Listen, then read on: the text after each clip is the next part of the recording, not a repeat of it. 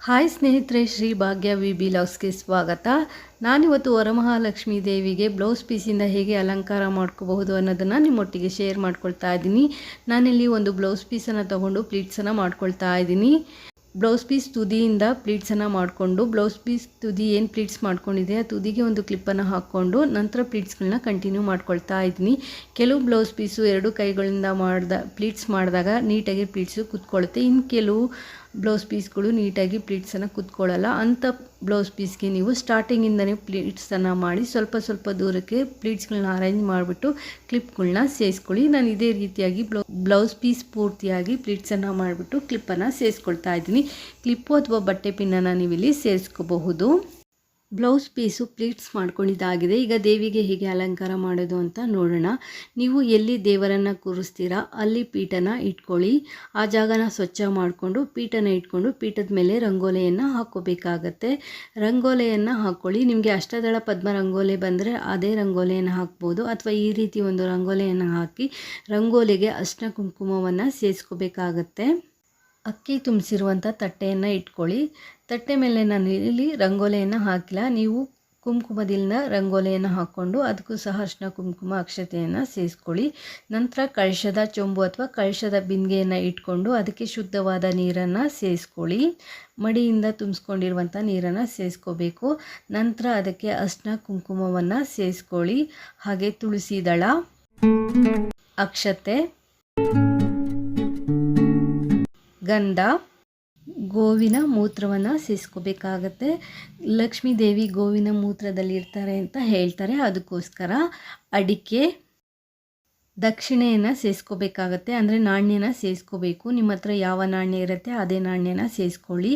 ಹೂವು, ಕಳಶದ ಬಿಂದಿಗೆಗೆ ಅಥವಾ ಕಳಶದ ಚೊಂಬಿಗೆ ನಿಮ್ಮ ಪದ್ಧತಿಯ ಪ್ರಕಾರ ಬೇರೆ ಏನೆಲ್ಲ ಸೇರಿಸ್ತೀರ ಎಲ್ಲವನ್ನು ಸಹ ನೀವಿಲ್ಲಿ ಸೇರಿಸ್ಕೋಬೋದು. ಅರಿಶಿಣದ ಕೊಂಬಿದ್ರೆ ಅರಿಶಿಣದ ಕೊಂಬನ್ನು ಸಹ ಸೇರಿಸ್ಕೋಬೋದು.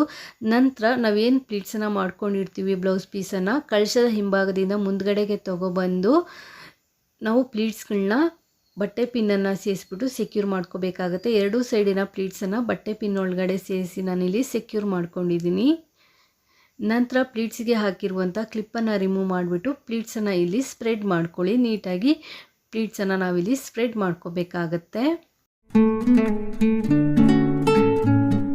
ದೇವರಿಗೆ ಅಂತ ಇಟ್ಕೊಂಡಿರುವಂಥ ಒಡವೆಗಳಿಂದ ದೇವರನ್ನು ನೀವಿಲ್ಲಿ ಅಲಂಕರಿಸ್ಬೋದು. ನಂತರ ಗೆಜ್ಜೆ ಹೂವು ಎಲ್ಲವನ್ನು ಸಹ ನೀವಿಲ್ಲಿ ದೇವರಿಗೆ ಏರಿಸಿ. ವಿಡಿಯೋ ಇಷ್ಟ ಆಯಿತು ಅಂದರೆ ಒಂದು ಲೈಕ್ ಕೊಡಿ.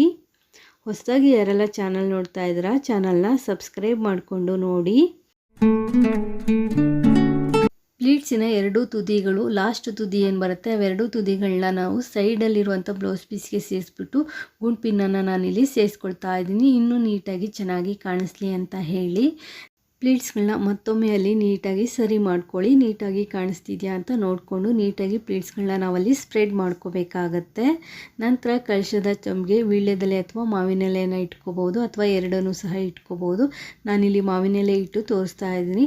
ತೆಂಗಿನಕಾಯಿ ಇಟ್ಟು ದೇವಿಗೆ ಮುಖಪದ್ಮವನ್ನು ಹಾಕಿ ಹೂಗಳನ್ನು ಏರಿಸಿ ಧೂಪ ದೀಪ ನೈವೇದ್ಯದಿಂದ ದೇವಿಯನ್ನು ಆರಾಧಿಸಿ ಪೂರ್ತಿಯಾದ ಅಲಂಕಾರ ಆದ ನಂತರ ನೀವಿಲ್ಲಿ ದೇವಿಯನ್ನು ನೋಡ್ಬೋದು. ದೇವಿ ಹೇಗೆ ಕಾಣಿಸ್ತಾ ಇದ್ದಾರೆ ಅಂತ ಹೇಳಿ ಬ್ಲೌಸ್ ಪೀಸಿಂದ ವರಮಹಾಲಕ್ಷ್ಮಿ ತಾಯಿಗೆ ಹೇಗೆ ಅಲಂಕಾರ ಮಾಡ್ಬೋದು ಅನ್ನೋದನ್ನು ಶೇರ್ ಮಾಡ್ಕೊಳ್ತಾ ಇದ್ದೀನಿ. ಮೊದಲಿಗೆ ಬ್ಲೌಸ್ ಪೀಸನ್ನು ಹಾಡಿಕೊಂಡು ಸಣ್ಣದಾಗಿ ಪ್ಲೀಟ್ಸನ್ನು ಮಾಡ್ಕೋಬೇಕಾಗತ್ತೆ. ಕೆಲವು ಬ್ಲೌಸ್ ಪೀಸು ಈ ರೀತಿ ನೆರಿಗೆ ಹಿಡಿದಾಗ ನಿಲ್ಲುತ್ತೆ, ಇನ್ನು ಕೆಲವು ಬ್ಲೌಸ್ ಪೀಸು ನಿಲ್ಲಲ್ಲ. ಸೊ ಮೊದಲಿಗೆ ಒಂದು ಸೈಡು ನಾವು ಕ್ಲಿಪ್ಪನ್ನು ಹಾಕ್ಕೊಂಡು ನಂತರ ಉಳಿದಿರುವಂಥ ನೆರಿಗೆಗಳನ್ನ ನಾವು ಜೋಡಿಸ್ತಾ ಹೋಗಬೇಕಾಗತ್ತೆ. ಪ್ಲೀಟ್ಸ್ ಏನು ಮಾಡಿರ್ತೀವಿ ಆ ತುದಿಗೆ ಒಂದು ಕ್ಲಿಪ್ಪನ್ನು ಹಾಕಿ ನಂತರ ಅದಕ್ಕೆ ಸಮವಾಗಿ ನಾವಿಲ್ಲಿ ನೆರಿಗೆಗಳನ್ನ ಜೋಡಿಸ್ಕೊಳ್ತಾ ಹೋಗಬೇಕಾಗುತ್ತೆ. ಇಡೀ ಬ್ಲೌಸ್ ಪೀಸನ್ನು ನಾವು ಈ ರೀತಿ ನೆರಿಗೆಗಳನ್ನ ಜೋಡಿಸ್ತಾ ಸ್ವಲ್ಪ ದೂರಕ್ಕೆ ಕ್ಲಿಪ್ಗಳನ್ನ ಸೇರಿಸ್ತಾ ಹೋಗಬೇಕಾಗುತ್ತೆ.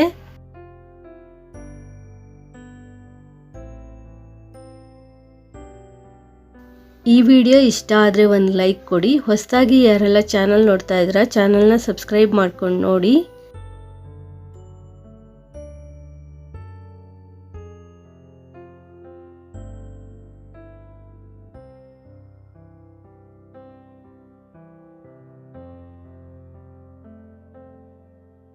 ಒಂದು ಬ್ಲೌಸ್ ಪೀಸನ್ನು ನಾನಿಲ್ಲಿ ನೆರಿಗೆ ಮಾಡಿ ಎತ್ತಿಟ್ಕೊಳ್ತಾ ಇದ್ದೀನಿ.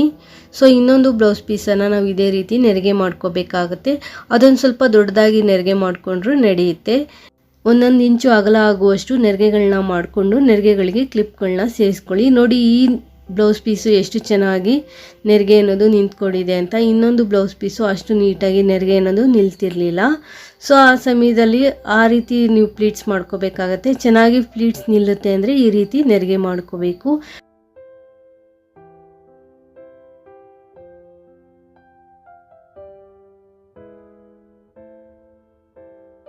ಟೇಬಲ್ ಮೇಲೆ ಒಂದು ಮಣೆಯನ್ನು ಇಟ್ಕೊಂಡು ಮಣೆ ಮೇಲೆ ಅಕ್ಕಿ ತುಂಬಿರುವಂಥ ತಟ್ಟೆಯನ್ನು ಇಟ್ಕೊಂಡು ಅದಕ್ಕೊಂದು ಕಳಶದ ಚೊಂಬನ್ನು ಇಟ್ಕೊಂಡು ಅದಕ್ಕೊಂದು ಕಡ್ಡಿಯನ್ನು ಕಟ್ಟಿ ಇಟ್ಕೊಂಡಿದ್ದೀನಿ. ನಂತರ ನಾವು ನೆರಿಗೆ ಏನು ಮಾಡಿ ಇಟ್ಕೊಂಡಿದ್ದೀವಿ, ಪ್ಲೀಟ್ಸ್ ಏನು ಮಾಡ್ಕೊಂಡಿದ್ದೀವಿ ಅದನ್ನು ನಾವು ಕಳಶದ ಹಿಂಭಾಗದಿಂದ ಮುಂದ್ಗಡೆಗೆ ತಗೊಂಬಂದು ಕಳಶದ ಕೆಳಭಾಗ ಅಂದರೆ ತಳಭಾಗಕ್ಕೆ ನಾವಿಲ್ಲಿ ಪ್ಲೀಟ್ಸನ್ನು ಜೋಡಿಸ್ಬಿಟ್ಟು ಒಂದು ಪಿನ್ನನ್ನು ಸೇರಿಸ್ಕೋಬೇಕಾಗತ್ತೆ.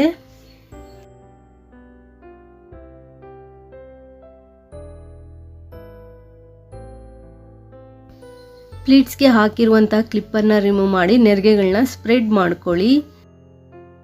ಕೆಳಭಾಗದಲ್ಲಿರುವಂತಹ ಬ್ಲೌಸ್ ಪೀಸಿನ ನೆರಿಗೆಯನ್ನು ಸ್ಪ್ರೆಡ್ ಮಾಡ್ಕೊಂಡ ನಂತರ ಇನ್ನೊಂದು ಬ್ಲೌಸ್ ಪೀಸನ್ನು ಕಡ್ಡಿಯ ಮೇಲ್ಭಾಗದಿಂದ ತಗೊಬಂದು ಲೆಂತನ್ನು ನೋಡಿ ನಾವಿಲ್ಲಿ ಸ್ಪ್ರೆಡ್ ಮಾಡ್ಕೋಬೇಕಾಗತ್ತೆ. ಅಂದರೆ ಕೆಳಗಡೆ ಇರುವ ಬ್ಲೌಸ್ ಪೀಸ್ಗೂ ಮೇಲ್ಗಡೆ ಇರುವ ಬ್ಲೌಸ್ ಪೀಸ್ಗೂ ನಾವು ಅಲ್ಲಿ ಗ್ಯಾಪನ್ನು ಕೊಡಬೇಕಾಗತ್ತೆ.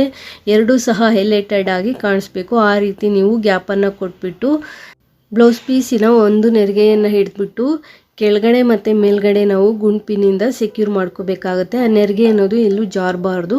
ಆ ರೀತಿಯಲ್ಲಿ ನಾವು ಪಿನ್ನನ್ನು ಸೇರಿಸ್ಬಿಟ್ಟು ಕಳಶದ ಚೆಂಬರ್ನ ಕವರ್ ಮಾಡಿಕೊಂಡು ಅಲ್ಲಿ ಒಂದು ಗ್ಯಾಪ್ ಅನ್ನೋದು ಬರದೇ ಇರೋ ರೀತಿಯಲ್ಲಿ ಮಾಡ್ಕೊಳ್ಳಿ. ನಾನು ಕೆಳಗಡೆ ಮತ್ತು ಮೇಲ್ಗಡೆ ಎರಡು ಕಡೆನೂ ಗುಂಡ್ ಪಿನ್ನನ್ನು ಸೇರಿಸ್ಕೊಂಡಿದ್ದೀನಿ. ಹಾಗೆ ಕೆಳಗಡೆ ಹಾಕಿರುವಂಥ ಬ್ಲೌಸ್ ಪೀಸ್ಗೂ ನೀವು ಗುಂಡ್ ಪಿನ್ನಿಂದ ಸೆಕ್ಯೂರ್ ಮಾಡ್ಕೋಬೋದು.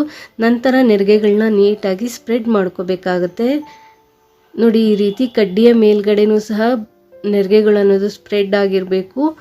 ಕಳಶದ ಮೇಲ್ಭಾಗದಲ್ಲೂ ಸಹ ನೆರಿಗೆಗಳನ್ನೋದು ಸ್ಪ್ರೆಡ್ ಆಗಿರಬೇಕು. ನೆರಿಗೆಗಳನ್ನ ನೀಟಾಗಿ ಸ್ಪ್ರೆಡ್ ಮಾಡ್ಕೊಂಡ ನಂತರ ಒಂದು ದಾರದಿಂದ ಚೆಂಬು, ನಾವು ಕಳಶದ ಚೆಂಬು ಅಥವಾ ಬಿಂದಿಗೆಯನ್ನು ಏನು ಇಟ್ಟಿರ್ತೀವಿ ಆ ಬಿಂದಿಗೆಯ ತಳಭಾಗಕ್ಕೆ ಸೊಂಟದ ಶೇಪು ಬರೋ ರೀತಿಯಲ್ಲಿ ಒಂದು ದಾರನ ಕಟ್ಕೊಂಡು ಅಲ್ಲಿ ನೀಟಾಗಿ ಅರೇಂಜ್ಮೆಂಟ್ ಮಾಡ್ಕೊಳ್ಳಿ. ನೆರಿಗೆಗಳು ಏನಾದರೂ ಏರುಪೇರು ಆಗಿದ್ರೆ ಅವೆಲ್ಲವನ್ನು ಸರಿ ಮಾಡಿಕೊಂಡು ದೇವಿಯ ಸೊಂಟಕ್ಕೆ ಒಂದು ಡಾಬನ್ನು ಸೇರಿಸ್ಕೊಳ್ಳಿ. ನಾನಿಲ್ಲಿ ನೆಕ್ ಚೈನನ್ನೇ ದೇವಿಯ ಸೊಂಟಕ್ಕೆ ಡಾಬ್ ರೀತಿಯಲ್ಲಿ ಹಾಕಿದ್ದೀನಿ. ಅಂದರೆ ನಾನು ದೇವರಿಗೆ ಅಂತಲೇ ಇದು ತಗೊಂಡಿರೋವಂಥದ್ದು. ಸೊ ಅದನ್ನೇ ಉಪಯೋಗಿಸ್ಕೊಂಡು ದೇವಿಗೆ ಅಲಂಕಾರನ ಮಾಡ್ತಾ ಇದ್ದೀನಿ.